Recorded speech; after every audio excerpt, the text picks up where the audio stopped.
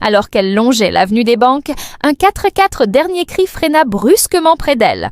Avant qu'elle ne puisse réagir, les pneus chromés écrasèrent une flaque d'eau croupie, projetant un déluge de boue grisâtre sur elle. La vitre électrique descendit, révélant une jeune femme au visage parfaitement maquillé, vêtue d'un tailleur blanc immaculé. « Ah, regarde-toi, on dirait une poubelle ambulante !» s'esclaffa-t-elle avant de redémarrer en trombe.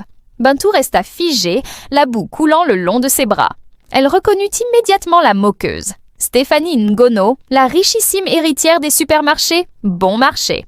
Ce qu'elles ignoraient toutes deux, c'est que la scène avait été observée depuis une Range Rover noire garée discrètement. À l'intérieur, un homme d'une trentaine d'années, vêtu d'un costume sur mesure, venait de prendre une décision. « Monsieur le ministre ?» questionna son chauffeur. « Trouvez-moi tout sur cette jeune femme et préparez mon dossier sur les Ngono », répondit-il en ajustant sa cravate. Bintou essuya la boue de son visage avec le pan de son pagne, les mains tremblantes de colère contenue. Autour d'elle, quelques passants s'étaient arrêtés, certains gloussant, d'autres hochant la tête avec pitié. Elle ramassa son sac taché et reprit sa marche, les dents serrées. « T'inquiète pas, ma sœur, ces gens-là ont juste oublié d'où ils viennent !» murmura une vendeuse ambulante en lui tendant un mouchoir en papier. Bintou remercia d'un hochement de tête. Chaque pas vers l'hôtel Prestige Palace lui rappelait sa place dans cette société. Invisible, interchangeable. Pourtant, ce matin allait tout changer. Dans la Range Rover noire, le ministre des PME regardait s'éloigner la jeune femme. « Elle a du cran, cette petite !» Exactement le profil qu'il nous faut. Le superviseur, M. Nzana, fronça les sourcils en voyant Bintou arriver dans cet état. « Hé Bibi, tu comptes nettoyer l'hôtel ou le salir encore plus ?» Les collègues ricanèrent. Bintou baissa la tête. « Désolé patron, un accident sur la route ?»« Va te changer dans la réserve et dépêche-toi, le groupe Ngono arrive à 10h pour le brunch d'affaires. » Bintou sentit son estomac se nouer. Les Ngono. Encore eux. Stéphanie claqua la porte de son penthouse avec satisfaction. « Papa, tu ne devineras jamais ce qui vient d'arriver. » Elle raconta l'incident en pouffant. Son père, le puissant Marcel Ngono, leva un sourcil. « Tu es stupide. On est en pleine négociation pour le contrat ministériel et tu t'amuses à humilier des petites bonnes. »« Mais papa, c'était juste une rigolade. »« Justement, les rigolades, ça coûte cher. » Pendant que Bintou nettoyait méticuleusement la suite présidentielle, une main se posa sur son épaule. Elle se retourna, s'attendant à une réprimande. Au lieu de cela, elle se trouva face à un homme élégant. « Bintou Mbele, je suis le ministre Olivier Nanga. Nous devons parler. » Derrière lui, 2 assistants tenaient une pile de dossiers. Sur le dessus, Bintou put lire « Projet Renaissance, dossier Ngono ». « Vous avez 2 choix, Bintou, » continua le ministre. « Continuer à essuyer les insolences des Ngono ou leur donner une leçon qu'ils n'oublieront jamais. » Bintou sentit son cœur battre à tout rompre alors que le ministre Nanga l'emmenait dans un bureau luxueux au dernier étage de l'hôtel. Les murs en acajou brillants et les fauteuils en cuir lui donnèrent le vertige. « Assieds-toi !» dit le ministre en lui désignant un siège. « Je vais te parler franchement, les Ngono nous nuisent depuis trop longtemps. » Il ouvrit le dossier, révélant des photos compromettantes, Stéphanie en train d'acheter de la cocaïne, son père Marcel signant des documents truqués, des preuves de détournement de fonds publics. « Mais pourquoi moi ?» balbutia Bintou, les mains moites. Le ministre sourit. « Parce que tu es la seule qu'ils ne remarqueront pas. Une ombre parmi les ombres. » Le plan ? 3 jours plus tard, Bintou fut transféré au service des suites VIP. On lui fournit un uniforme neuf et une formation express. « Tu seras affecté au service des Ngono ce week-end », lui annonça M. Nzana, visiblement sous ordre supérieur. Pendant ce temps, Stéphanie recevait un message crypté. « Ton petit spectacle de rue a été filmé. Tu as 48 heures pour te racheter. » Le samedi matin, Bintou frappa à la porte de la suite 512, poussant son chariot de ménage. Stéphanie ouvrit en peignoir, son téléphone collé à l'oreille. « Entrez et dépêchez-vous » lança-t-elle sans même regarder. Quand elle raccrocha et se retourna, son visage se décomposa. « Toi ?» Bintou garda son calme. « Oui, madame, je suis là pour votre service. » Elle posa discrètement une enveloppe sur la table de nuit avant de commencer son travail. Le chantage Stéphanie ouvrit l'enveloppe avec des doigts tremblants. À l'intérieur, une photo d'elle éclaboussant Bintou et une note « 10 millions ou ça passe aux infos. Compte carton 5 Kakramiste 21X. » Son téléphone sonna. Un numéro inconnu. « Alors, ma poubelle ambulante vaut bien quelque chose, non ?» dit une voix féminine modulée. Bintou essuyait méticuleusement le miroir de la salle de bain de la suite 512 quand Stéphanie, livide, agrippa son bras. « Qu'est-ce que tu crois accomplir, petite bonne » siffla-t-elle entre ses dents serrées. « Tu joues avec le feu !» Les doigts de Bintou serrèrent légèrement le chiffon avant qu'elle ne réponde d'une voix calme. « Je nettoie juste votre miroir, madame. Comme vous pouvez y voir clairement votre reflet. » Stéphanie recula comme si elle venait de se brûler. Son téléphone vibra à nouveau. Un message anonyme. « Votre père serait si déçu de savoir ce que vous cachez dans votre coffre à la banque 237. » Dans l'ascenseur du personnel, Bintou sortit un deuxième téléphone de sa poche et envoya un SMS crypté « Le piège est en place. Elle a mordu à l'hameçon. » La réponse fut immédiate. « Ne sous-estime pas les Ngono. Reste sur tes gardes. » Ce que Bintou ignorait, c'est que dans le parking souterrain, un homme en costume observait les caméras de sécurité. Marcel Ngono en personne venait de recevoir une alerte concernant les activités suspectes de sa fille. Alors que Bintou quittait son service, une main se posa sur son épaule. Elle se retourna pour faire face à un garde du corps massif. « Monsieur Ngono veut te voir. Tout de suite. » Dans la limousine noire aux vitres teintées, Marcel Ngono examinait le dossier que le ministre lui avait discrètement fait parvenir.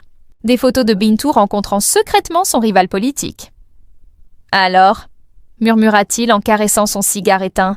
« On joue à quel jeu exactement, ma petite ?» L'atmosphère était étouffante dans la limousine de Marcel Ngono. Bintou sentait la sueur perler dans son dos, tandis que le magnate des supermarchés tournait lentement les pages du dossier, ses doigts épais marqués d'une cicatrice en travers de la jointure. « Intéressant !» murmura-t-il enfin, levant vers elle un regard qui la transperça. « Très intéressant. Le ministre Nanga t'a bien dressé, n'est-ce pas ?» Bintou garda le silence, les mains posées à plat sur ses genoux pour cacher leur tremblement. La voiture roulait maintenant vers un lieu inconnu, quittant le centre-ville. « Tu sais ce qui est amusant ?» continua Marcel en sortant un verre en cristal du bar miniature. « Nanga croit que je ne sais pas pour son petit projet Renaissance. » Il versa 2 doigts de whisky, en tendit un à Bintou qui refusa d'un geste. Il veut nationaliser les grandes surfaces. Et devine qui serait le premier visé? Le téléphone de Bintou vibra dans sa poche. Marcel sourit. « Réponds, mets-le sur haut-parleur. » D'une main hésitante, Bintou sortit l'appareil. L'écran affichait « Appel entrant, contact X ». Elle respira profondément avant de décrocher. « Bintou, tout se passe comme prévu ?» La voix du ministre résonna dans l'habitacle climatisé. Marcel prit le téléphone. « Cher ministre, quelle surprise! Bintou est avec moi. Nous échangeons sur vos projets politiques. » Un silence s'ensuivit, si lourd que Bintou crut que la communication avait été coupée. Finalement, le ministre répondit, sa voix soudain plus grave, « Marcel, je vois que nous avons sous-estimé votre réseau. » Comme toujours, mon vieil ami, comme toujours. Marcel coupa la communication et se tourna vers Bintou. « Maintenant, ma chère, tu vas me dire exactement ce que Nanga t'a promis en échange de ta collaboration. » Pendant ce temps, au siège des supermarchés Bon Marché, Stéphanie fouillait frénétiquement dans le coffre-fort privé de son père. Elle venait de recevoir un message anonyme. « La preuve est dans le compartiment secret. Détruis-la avant qu'il ne soit trop tard. » Ses mains tremblaient lorsqu'elle trouva le petit compartiment dissimulé derrière les dossiers financiers. À l'intérieur, une clé USB et une photo jaunie d'une jeune femme qui ressemblait étrangement à « Non », murmura-t-elle en retournant la photo. Au dos, une inscription. Avec sa fille, Limbe, 1999. La même année que sa naissance. Bintou regardait par la vitre de la limousine qui roulait maintenant vers le quartier populaire de New Bell. Pourquoi Marcel l'emmenait-il là-bas? Tu me demandes pourquoi je ne t'ai pas simplement fait disparaître? Dit Marcel, comme s'il lisait dans ses pensées. Parce que toi et moi, nous avons un ennemi commun. Il sortit une autre photo de sa poche intérieure. Regarde bien. Bintou sentit son cœur s'arrêter. La photo montrait le ministre Nanga en train de parler avec l'homme qui avait ruiné sa famille 10 ans plus tôt. Ton père était pêcheur, n'est-ce pas?